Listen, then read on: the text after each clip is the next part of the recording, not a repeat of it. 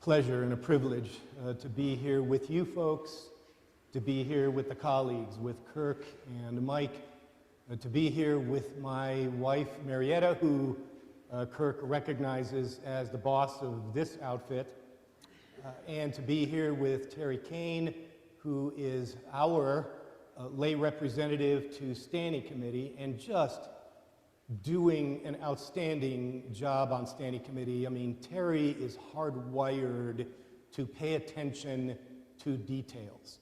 My mind is like a sieve when it comes to details, and so he catches stuff, he brings stuff to the Standing Committee's attention, to the bishop's attention, and it's just wonderful to partner up. And then I keep the Standing Committee laughing, is basically what I do, or try to anyway, as the president of Standing Committee. So it is a pleasure and a privilege to be with you folks here today.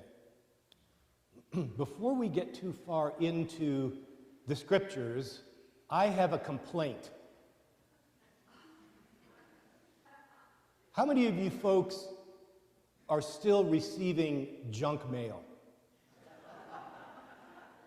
Okay. I haven't figured out who to talk to about this, to make them stop. But I got to tell you, about a week ago, I received a piece that I find deeply disturbing. It's called Spin Life, and I don't know if you can see this, but on the front of this catalog is a jazzy chair. And in this catalog are all kinds of jazzy chairs, all kinds of recliners that will launch you out of them. You know the kind I'm talking about. Wheelchairs. It even has a thing for one of those chair lifts that you can sit and it'll take you up the stairs. I'm too young for this. What is this? I mean, come on, people. So my first reaction that you just heard, and then my second reaction is, I'm probably looking at my future.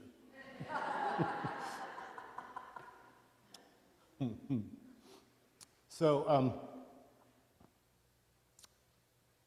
in the Acts of the Apostles, this is the second telling of Jesus' ascension. The first telling is at the end of the Gospel of Luke, which we heard on the Feast of Ascension. And I've always kind of joked about this. It's like, oh, what, the author thinks we're dumb or something? I mean, we're not going to get it the first time, and so we have to hear the story again. And I made that crack at our scripture study this past Wednesday, and everybody looked at me and said, no. This is like previously on NCIS, and it's the author just kind of reminding us, oh yeah, that's right, he's taken off. And this particular scene, because of Jesus' friends, reminds me of my seminary days back in the early 80s when we would get all happy at the end of class, and then we would toddle on down to Telegraph Avenue in Berkeley, California, because I studied at the provincial seminary here, Church Divinity School. And how many of you folks been to Telegraph Avenue in the last 40 years? It's pretty much the same as it's always been. It's just weird. But our favorite thing was to find a likely street corner on Telegraph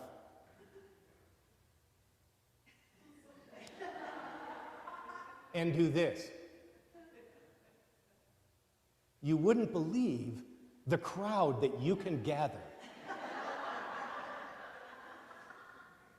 just doing this. And pretty soon somebody in the crowd says,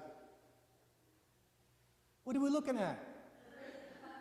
And one of my classmates would say, well, last we checked, he's ascended. And then the crowd would figure out what we were doing and disperse. So much for saving souls in Berkeley, right? And then, how many of you folks read forward? day by day.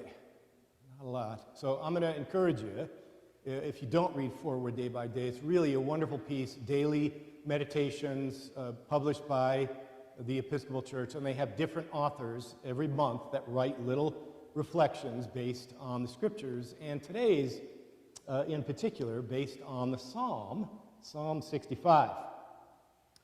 Father of orphans, defender of widows, God in his holy habitation. God gives the solitary a home and brings forth prisoners into freedom, but the rebels shall live in dry places. And then the author goes on to recount his fond memory of being ordained to the transitional diaconate. And as I read this morning, I thought, good Lord, who remembers those days? I was ordained in the Diocese of Los Angeles June of 1983, and by the Feast of St. Thomas, December 21st, I was ordained a priest, and I have no memory whatsoever of that 6 months, except for the standing committee calling me in sometime in October, and this is back in the 80s, so these were gray-haired men in Brooks Brothers suits, drinking, I don't know what, cognac, something, literally smoking cigars, and sitting around a table going, ahem, ahem, young man, tell us, what is it like to be a deacon? And I didn't have much of a filter back then. I'm not sure I do now. But I remember the words coming out of my mouth, guys, if you want to know what a deacon is about, why don't you ordain a few? Because I was getting ordained a priest. As I walked out of that room, I thought, well, that's the end of my vocation. And then they hauled off and ordained me anyway. I guess the bishop was out of town or something for that moment. But this author sort of keys in on the psalm to talk about a life of service, and that our deacons, Mike, our deacon Veronica, back in Carson City, that they live lives of service, not on our behalf, but to show us how to do it. And then that line at the end, but the rebels shall live in dry places. If you've ever had a moment of just pure self-will, where you're running on your own steam and everybody's just got to get out of your way or else, then you probably recall that you and I can end up in some pretty dry places, fueled by our own wants and needs. And so again, that whole idea of staying focused, I'm convinced these days it's the reason that we gather to worship, to help us refocus, get focused, stay focused on the bigger picture and what's really going on. And then in that passage in First Letter of Peter, one of my favorite lines, in the service of Compline, which is the end set of prayers for the daily office, and this line from the First Letter of Peter, your adversary, the devil, prowls around like a roaring lion, seeking someone to devour. Resist him, firm in your faith. I can't tell you how many mornings I wake up at 2 or 3 o'clock and it's on. My head is running and everything just looks bad. And everything and everyone is doomed. And my version of resisting him firm in my faith is to begin my mornings, even in the dark of night, with prayer. And I've been invited by some Jesuit friends of mine to join what they call the 3 a.m. club. Doesn't sound so good, does it? But when you're waking up at 2 or 3 o'clock in the morning, consider the alternative. I either am going to listen to my head run, and by the time the sun is coming up, all is vanity and all is doomed, or I'm going to spend a little time in prayer and recognize that somebody else is in charge rather than my head. So I like that passage from 1 Peter. And then we get to the Gospel of John. A couple of weekends ago, the Standing Committee was on an overnight retreat in Tonopah. Yeah. I like Tonopah. I mean, I don't live in Tonopah, but I really like Tonopah. And we stayed at the Mizpah, which was great fun. And we gathered with the bishop and the director of the Mercy Center in Auburn, California. Her name is Colleen Gregg, and she specializes in Enneagram. Any of you folks familiar with Enneagram? Randy? Yeah? Trish? Yeah. Enneagram it's kind of like the Myers-Briggs type indicator, but it's much more because it focuses on our spirit and our sort of emotional and spiritual landscape. And it's a wonderful tool for figuring out ways to work together. And so we had invited Colleen to come and do the workshop with us overnight in Tonopah, and it was really wonderful. We found out all kinds of interesting things about the bishop. We'll clue you in later. But where Colleen began with the Standing Committee was to say this, that the whole purpose of Enneagram is to see and be seen through the all-loving eyes of God. Let me repeat that.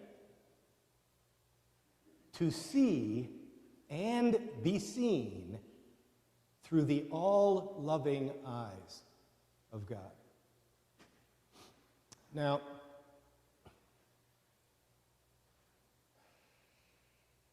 I've had issues over the years with that notion of the all-loving eyes of God, let alone seeing and being seen as such.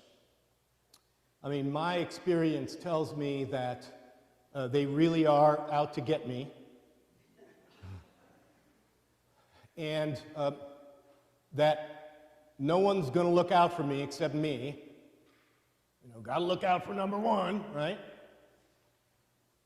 And so the idea of being in relationship that is encompassed by love is on some days a bit of a shock. Other days I find myself resisting the notion. And then when I've finally been thrashed a little bit, I start to lean into the notion of seeing and being seen through the all-loving eyes of God. So much so that when I was on a retreat last month in Tampa, Florida, with a group of clergy, primarily Roman Catholic clergy, Franciscans, Jesuits, there were a couple of nuns. They always give me pause. I grew up with nuns that among the women that I knew growing up, including my mother, were some of the angriest people on the planet.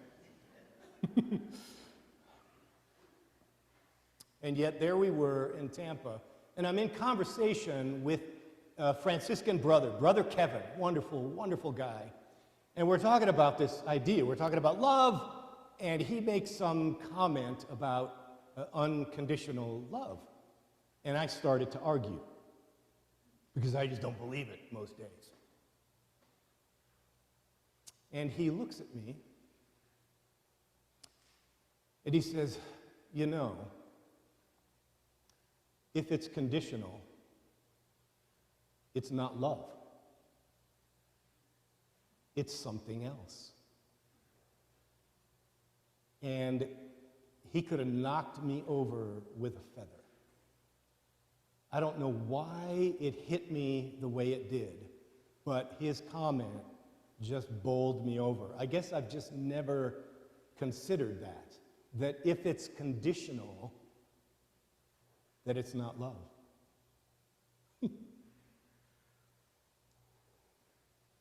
And here in the Gospel of John, this is the tail end of the farewell discourse. Jesus has issued all kinds of teachings and invitation, and he's assuring his friends, these people that have gathered in the room, whose feet he's washed, and a meal he's shared. And he's saying, I gotta go, but we're not gonna leave you orphaned. We're not gonna leave you hanging. This thing that's very much a part of me and part of the Father, Paraclete, is gonna come, and it's all gonna be okay. And you are invited into a set of relationships that we call God. When we get all fancy after the Feast of Pentecost, we call it Trinity. We're invited into a set of relationships that is grounded in and exudes nothing but unconditional love.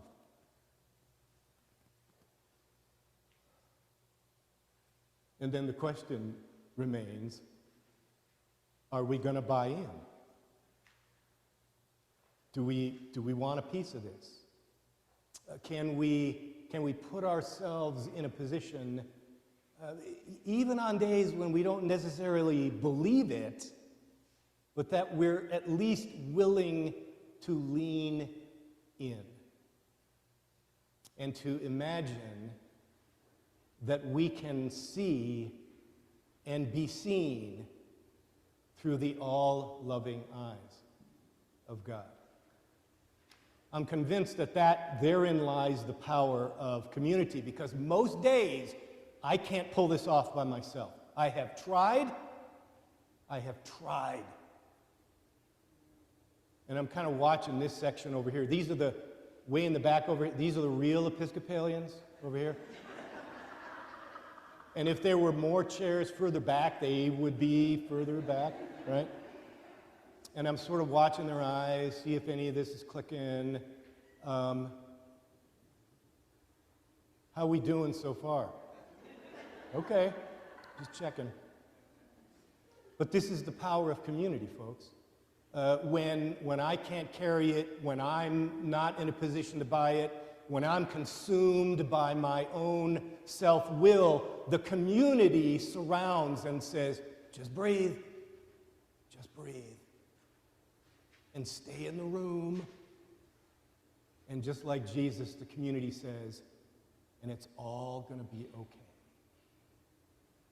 even when it's not. And so, thank you so much for being here this morning. We, on the way, we were going to have breakfast in Carson City, and everything was closed. And so we just drove up. We came up the back way up Hidden Valley, and then we were wandering around in the middle of Sparks here and came across this wonderful little Mexican place right by Galaxy Theater called, I think it's called Chuy's or something. If you haven't, holy smokes. And their huevos rancheros is to die for. I would encourage, in fact, let's all go when we're done. But thank you for being here. Thank you so much for committing yourselves to this community here in Sparks, to St. Paul's Episcopal Church, because you folks have the capacity to carry it when we as individuals don't. To see and be seen through the all-loving eyes of God.